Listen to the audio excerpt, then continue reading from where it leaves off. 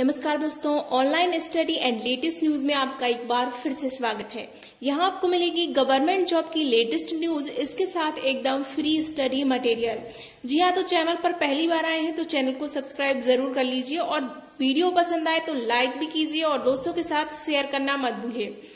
मित्रों, आज हम पढ़ेंगे कि संज्ञा क्या होती है, उसके प्रकार कितने होते हैं, व्युत्पत्ति के आधार पर और अर्थ के आधार पर प्रकार जो होते हैं उनको पढ़ेंगे और इसके साथ साथ उनकी परिभाषाएं और उदाहरण भी पढ़ेंगे। चलिए तो शुरू करते हैं। सबसे पहले आता है संज्ञा को हम इंग्लिश में आप जानते हैं कि नाउन कहते हैं। सबसे पहले पढ़ते हैं संज्ञा की परिभाषा। किसी प्राणी, वस्तु, स्थान, भाव आदि के नाम को ही संज्ञा कहा जाता है।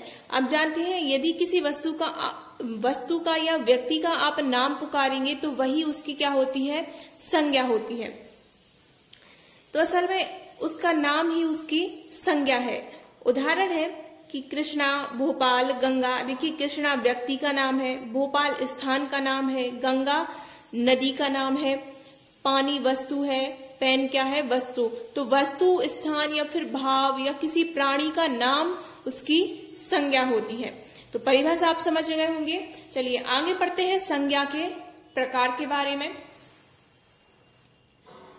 संज्ञा के प्रकार होते हैं, दो प्रकार से बांटा गया है संज्ञा के लिए। टाइप्स ऑफ नाउन, व्युत्पत्ति के आधार पर प्रकार होते हैं और अर्थ के आधार पर प्रकार होते हैं। तो सबसे पहले हम पढ़ते हैं व्युत्पत्ति के आधार पर। व्युत्पत्ति के आधार पर संज्ञा के लिए तीन भागों में विभाजित किया गया है, या टाइप्स कह सकते हैं आप। 3 टाइप्स होते हैं संज्ञा के व्युत्पत्ति के आधार पर। सबसे पहला टाइप जो है, सबसे पहले टाइप आता है ऋण। ऋण शब्द कह सकते हैं आप इसको, या ऋण कहते हैं। परिभाषा देखते हैं, जिसका विभाजन नहीं हो सकता। ऋण ऐसे शब्द होते हैं जिनको आप 2 भागों में विभाजित नहीं कर सकते हैं, ठीक है ना। सीधा एक पूरा शब्द होता है, वो कहलाता है ऋण।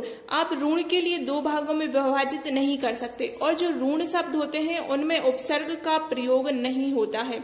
ऋण शब्दों में उपसर्ग नहीं होते हैं। चलिए उदाहरण देखते हैं। ऋण के उदाहरण है कृष्णा, पुस्तक। देखिए, कृष्णा को क्या आप 2 भागों में विभाजित कर सकते हैं? नहीं कर सकते। और क्या इसमें कोई उपसर्ग का प्रयोग किया गया है? नहीं किया गया। यह पूरा एक शब्द है, मतलब कि यह ऋण है। इसी प्रकार आप पुस्तक देखेंगे तो पुस्तक में क्या किसी शब्द का 2 भागों में बांट सकते हैं क्या? पुस्तक के लिए आप नहीं बांट सकते। अगर बांटेंगे तो पुस्तक, तो ये कोई अर्थ निकलने वाले शब्द नहीं बन रहे हैं। जैसे मान लीजिए पेन, मैंने कहा पेन, तो क्या पेन के लिए हम 2 भागों में बांट सकते हैं? शब्द को नहीं बांट सकते। अगर बांटेंगे तो क्या हो जाएगा? पेधन्ना। तो ये कोई अर्थ नहीं दे रहे हैं, अर्थ वाले शब्द में विभाजित नहीं कर सकते। इसके साथ साथ इनमें कोई उपसर्ग भी नहीं है, तो इस प्रकार के शब्द कहलाते हैं ऋण शब्द। व्युत्पत्ति के आधार पर दूसरा प्रकार होता है यौगिक शब्द। तो यौगिक शब्द क्या होते हैं? 2 ऋण शब्द मिलकर यौगिक बनाते हैं। देखिए, ऋण शब्द हमने क्या पढ़ा था कि पूरा एक शब्द होता है जो ऋण होता है। अब यौगिक जब 2 ऋण शब्द मिलके बनाएंगे तो वो बनता है यौगिक। अब यहाँ उदाहरण देखिए, उदाहरण से बहुत जल्दी समझ में आता है। उदाहरण है, यौगिक का उदाहरण है पाठशाला। अब देखिए, पाठशाला को आप 2 भागों में बांटेंगे तो बढ़ जाएगा पाठ धन शाला। यहाँ बढ़ जाएगा कि नहीं? पाठ धन शाला। अब पाठ अपने आप में एक ऋण शब्द है और शाला अपने आप में एक ऋण शब्द है, और जब इन 2 ऋण शब्दों को जोड़ दिया गया तो बन गया पाठशाला। और इसका भी अपना एक अर्थ है पाठशाला का, ठीक है ना। और जिन 2 शब्दों को जोड़ के बनाया है, इन्हीं का अर्थ है पाठशाला, मतलब इन्हीं से संबंधित अर्थ निकल रहा है, तो ये है पाठशाला। तो ये क्या हो गया? यौगिक हो गया। 2 ऋण शब्द मिलकर जब नया शब्द बनाते हैं और वही अर्थ देते हैं जो शब्द बन रहा है, ठीक है। पाठशाला का अर्थ पाठशाला ही होता है। फिर है वाचनालय, तो इसका क्या हो जाएगा? वाचन धन आलय। तो ये भी क्या है? 2 ऋण शब्द है और इनको जोड़ के बना दिया गया, वाचन धन आलय को जोड़ के बना दिया गया, तो वाचनालय हो गया, ठीक है ना। अब आगे पढ़ते हैं। तीसरा शब्द आता है योग ऋण शब्द। व्युत्पत्ति के आधार पर यह संज्ञा का तीसरा प्रकार है योग ऋण शब्द। जब 2 ऋण शब्द मिलकर देखो 2 ऋण शब्द मिलकर यौगिक बनाते हैं। यौगिक और योग ऋण में क्या अंतर है कि जब दो ऋण शब्द मिलकर नया शब्द तो बनाते हैं, पर उनका अर्थ जो क्या है, नया अर्थ देते हैं। जो शब्द बना है वही अर्थ नहीं निकलता, उनका अलग अर्थ निकलता है। जैसे उदाहरण है लंबोदर, या आप योग ऋण में ये भी कह सकते हैं कि ऐसा शब्द जो अलग ही अर्थ दे रहे हैं। ठीक है ना। अब देखिए यहाँ पर उदाहरण, जैसे हो गया लंबोदर, तो लंबोदर का अर्थ मतलब क्या निकलता है, लंबा है उदर जिनका, वो लंबोदर अर्थात गणेश जी। ठीक है ना। तो ये अर्थ क्या दे रहा है, लंबोदर का से अर्थ निकल क्या रहा है, गणेश निकल रहा है। तो अलग अर्थ जो निकलता है वो कहलाते हैं योग ऋण शब्द। इसी प्रकार जलज, जलज का अर्थ क्या निकलता है, जलज का अर्थ निकलता है जो जल में उत्पन्न हुआ। जलज मतलब क्या होता है, जो जल में उत्पन्न हुआ, तो वो क्या हो गया, जो जल में उत्पन्न हुआ मतलब क्या हो गया इसका, कमल। तो जलज से क्या अर्थ निकल रहा है, कमल निकल रहा है। जो शब्द दिया गया है वही अर्थ नहीं, कोई अन्य अर्थ निकलता है तो वह कहलाता है क्या, योग ऋण शब्द। हमने इसके पहले समास भी पढ़ाया है, अगर आपने वो वीडियो नहीं देखा तो आप वो भी देख सकते हैं। उसमें आपने पढ़ा होगा बहुब्रीहि समाज। बहुब्रीहि समाज, बहुब्रीहि समाज ही एक प्रकार के योग ऋण शब्द होते हैं जिनमें जो शब्द है वो तीसरा अन्य अर्थ देता है, ना तो प्रथम पद का अर्थ होता है ना द्वितीय का।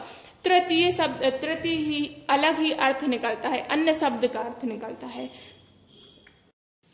अभी हमने प्रकार पढ़े थे व्युत्पत्ति के आधार पर, और अब हम प्रकार पढ़ेंगे संज्ञा के अर्थ के आधार पर। संज्ञा को 5 वर्गों में बांटा गया है, या 5 भाग होते हैं संज्ञा के अर्थ के आधार पर। व्युत्पत्ति के आधार पर हम पढ़ चुके हैं 3, अब अर्थ के आधार पर आते हैं 5। तो सबसे पहला प्रकार आता है व्यक्तिवाचक संज्ञा। चलिए परिभाषा पढ़ लेते हैं और साथ ही साथ उदाहरण। वीडियो को एंड तक देखिए, हम लास्ट में कुछ इंपोर्टेंट क्वेश्चन भी सॉल्व करेंगे। व्यक्तिवाचक संज्ञा इंग्लिश में कहते हैं प्रॉपर नाउन।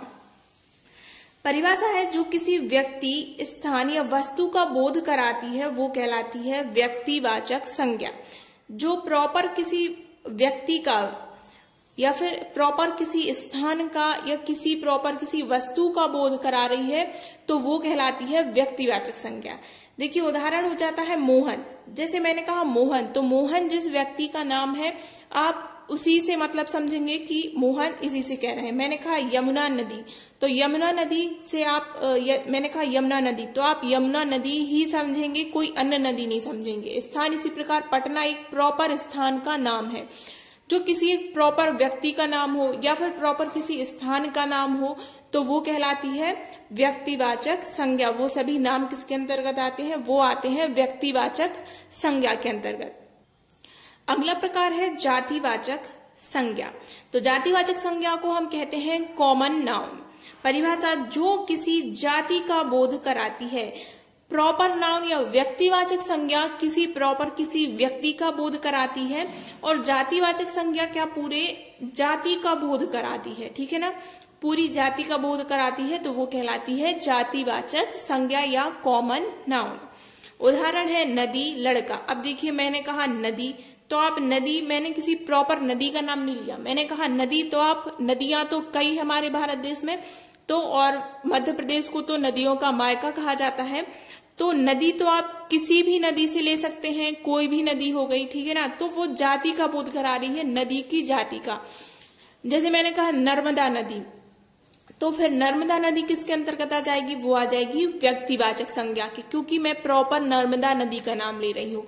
और अगर मैंने कहा नदी तो वो आएगी जातिवाचक संज्ञा के अंतर्गत, क्योंकि मैंने सिर्फ नदी कहा, किसी प्रॉपर नदी का नाम नहीं लिया। जातिवाचक संज्ञा में आ जाएगा इसी प्रकार लड़का, लड़की या फिर और भी कई आ जाएंगे। ठीक है ना। तीसरा प्रकार आता है द्रव्यवाचक संज्ञा। द्रव्यवाचक जैसा कि नाम से ही है, द्रव्यवाचक संज्ञा को इंग्लिश में कहा जाता है मटेरियल नाउन। द्रव्यवाचक संज्ञा से आप समझ सकते हैं जो सामग्री या फिर पदार्थ का बोध कराती है, किसी धातु का, किसी सामग्री का बोध करा रही है। ठीक है ना, तो वो आती है द्रव्य। देखिए नाम से ही बिल्कुल स्पष्ट हो रहा है द्रव्य, तो किसी द्रव्य का बोध करा रही है। ठीक है ना। उदाहरण है पानी। पानी क्या है, एक द्रव्य है। ऊन, सोना, धुआं, सोना, चांदी, ये सब धातुएं जो है ये आती हैं द्रव्यवाचक संज्ञा के अंतर्गत। इसी प्रकार धुआं, ऑक्सीजन, ये सब चीजें भी किसके अंतर्गत आएंगी? द्रव्यवाचक संज्ञा के। जो कोई द्रव्य है, मटेरियल है, तो वो सब आएगा द्रव्यवाचक संज्ञा के अंतर्गत। चौथा प्रकार आता है समूहवाचक संज्ञा। समूहवाचक संज्ञा को इंग्लिश में कहा जाता है कलेक्टिव नाउन। कलेक्टिव नाउन तो समूह से आप समझ रहे हैं, समूह क्या होता है? समूह, जो समूह या किसी समुदाय का बोध कराती है। अब किसी जाति का या किसी व्यक्ति का बोध नहीं करा रही, अब पूरे समूह का बोध करा रही है, ठीक है ना। व्यक्तिवाचक किसी व्यक्ति का बोध करा रही थी, जातिवाचक किसी जाति का बोध कराती है, और समूहवाचक समूह का बोध कराती है। जैसे सभा, समिति, परिवार, पुलिस, विद्यार्थी, ये सब किस में आ जाएंगे? समूह। जो किसी समूह को प्रदर्शित कर रहा है तो वे सब आते हैं समूहवाचक संज्ञा के अंतर्गत। अब आती है भाववाचक संज्ञा।